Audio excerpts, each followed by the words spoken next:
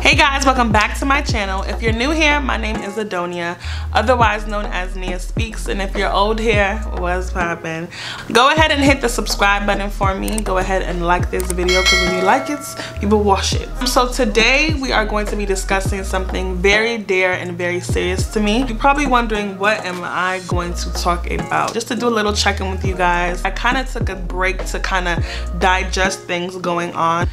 COVID, George Floyd, a lot has been going on. George Floyd, no introduction. You guys are aware of what's going on, so let's jump right in.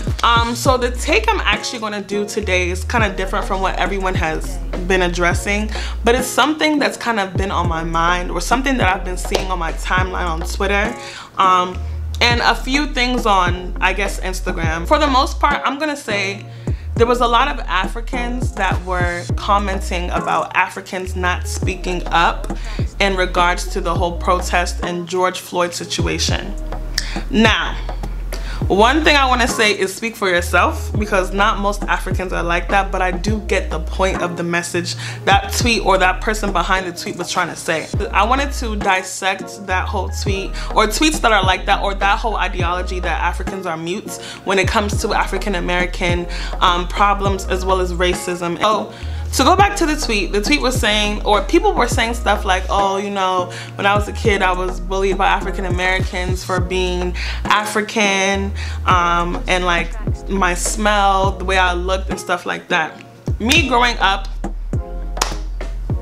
if you are African, you went through that struggle. Like, there's no denying it. Like, we all went through that struggle of African booty scratcher. You smell like fufu, you stink like fufu. Growing up, we all went through that African struggle. We all went through that struggle of trying to embrace the African culture that was later, I guess, not embraced, that was later adopted and now like literally celebrated everywhere.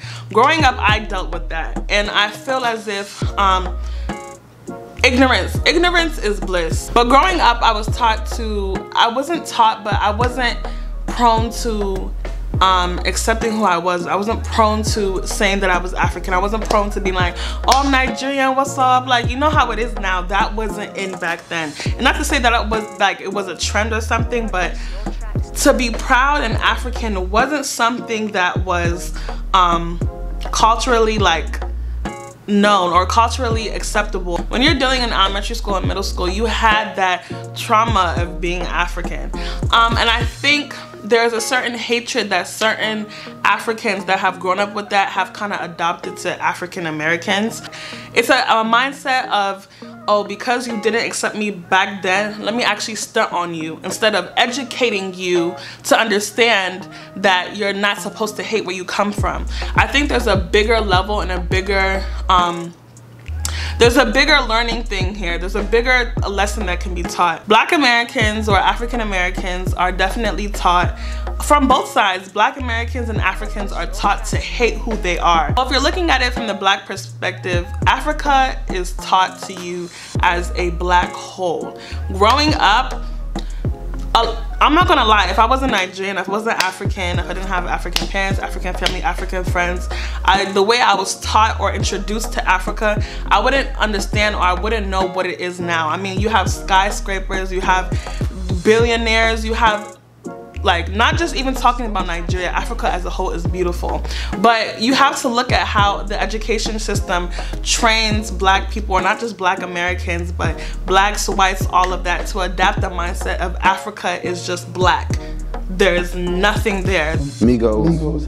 But then when I remember I was on the boat with Baby, right? Just taken to some island. We go every Sunday. It's called Ilashe. Right. And he was looking around. He was disappointed. And why he was disappointed was because he was like, damn.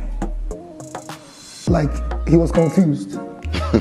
You're seeing skyscrapers, you're seeing helicopter pads on top of people's houses. Money. You know what I'm saying? Yeah. You know, so it's like, to him, it's like the whole time, when we go back to Atlanta, all he could talk about was, yo, telling all his guys, yo, they lied to us over here. Yeah. Like, any car that comes out in the world, I don't care which car, which brand, is in Nigeria first. of education, there's a lack of systems, corruption. I understand there's corruption. Like, we live in huts, we're chasing tigers, we're singing with Simba, we saw Mufasa die. The education system, of course, does a wonderful job of, you know, excluding the part where white Americans and Caucasians kind of robbed several countries or the whole Africa and stole and looted, but it's okay. You're definitely taught that there's nothing to Africa. Now, after that education system, and it's up to you to really educate yourself and know about what Africa is. Now, to Africa, I'm gonna speak from the Nigerian perspective because I'm Nigerian. I've never schooled in Nigeria and stuff like that, but according to our history, if you look at the power of Britain, look at the power of several dominations over Africa as a whole, the sharing plate, like how they shared and divided Africa. Africa was taught, or African nations were taught that they were in a, they were living in ignorance. Before white dominance and before white Americans came to Africa, they were taught that before that happened, you guys were in the dark. Which kind of brings a message of systematic hatred towards your own skin. Africans are never taught to, oh, be proud of the skin you're in, to accept who you are, you're African pride, stuff like that. There's a hatred that's built from both sides. There's a hatred that's built from Black Americans, but there's a hatred that's built from Africans. And when you mix those two sides of hatred together, it becomes a battle of who is better. African Americans have a, not all, I'm speaking in terms of stereotypical things and the bad stuff that we hear, but African Americans have the side of, oh, we're educated, we live in America, we have a system here, we have a system in place, we know more than you guys live in the dark. And Africans have this thing, it's this stigma. And being Nigerian, if you are Nigerian or if you're African, do not deny it. There's a stigma of, you know, oh, like pity. There's a stigma of pity for African Americans. There's a stigma of dominance, that you are somehow better off than African Americans. There's a mindset that's instilled into our parents' heads that we're better off, or not to mix with them because somehow that's damaging you as a person. Now that I've braked down the concept of the hatred and why the two clash and who's better, let's actually pick up the table, unshake it, and talk about it. It's important for each culture to literally learn about the other culture, because we're all one culture. The reason why oppression works is because people are divided. I think Black Americans and I think African Americans have to sit down and come together or see themselves as one. I think there's a hatred for just being Black. When you look at Dominicans, not all Dominicans, but some Dominicans denying the fact that they're Black. Bleaching in Africa, bleaching in Nigeria. For a while, there was a time in America where light-skinned girls were the preference. And even there is a certain type of dark skin you have to be loved. If you're a dark-skinned girl, you have to have straight hair, big yansh, big breasts, beautiful face, and you're there to go. You can't go out with your natural hair and have a realistic body. There's a lot of beauty aspects to Black culture or to African culture that isn't globally accepted until other races are willing to, I guess, subdue to it. I think society has to analyze itself and say, what is acceptable, what is not acceptable when Black people do it, and what is acceptable when Caucasian or people of white descent do it. I think there's a hatred for anything Black or Black culture unless it is appropriated. Another aspect I saw on Twitter was, oh, my parents are telling me not to protest, it's not our business, and stuff like that. When you analyze, I'll speak for at least Nigeria because that's the one that I know the most. But when you analyze Nigerian history, there was a whole genocide that your grandparents or your great-grandparents turned their eye to. If you're not aware of Biafra, please go look it up. Our parents have accepted this way of oppression because they feel like there's no hope. Nigeria has been corrupt since the beginning of time. since Britain let go, which they didn't even let go, but since the beginning of time, Africans or Nigerians have been taught to accept oppression because there's no hope. It's 2020 and the same corruption is still happening.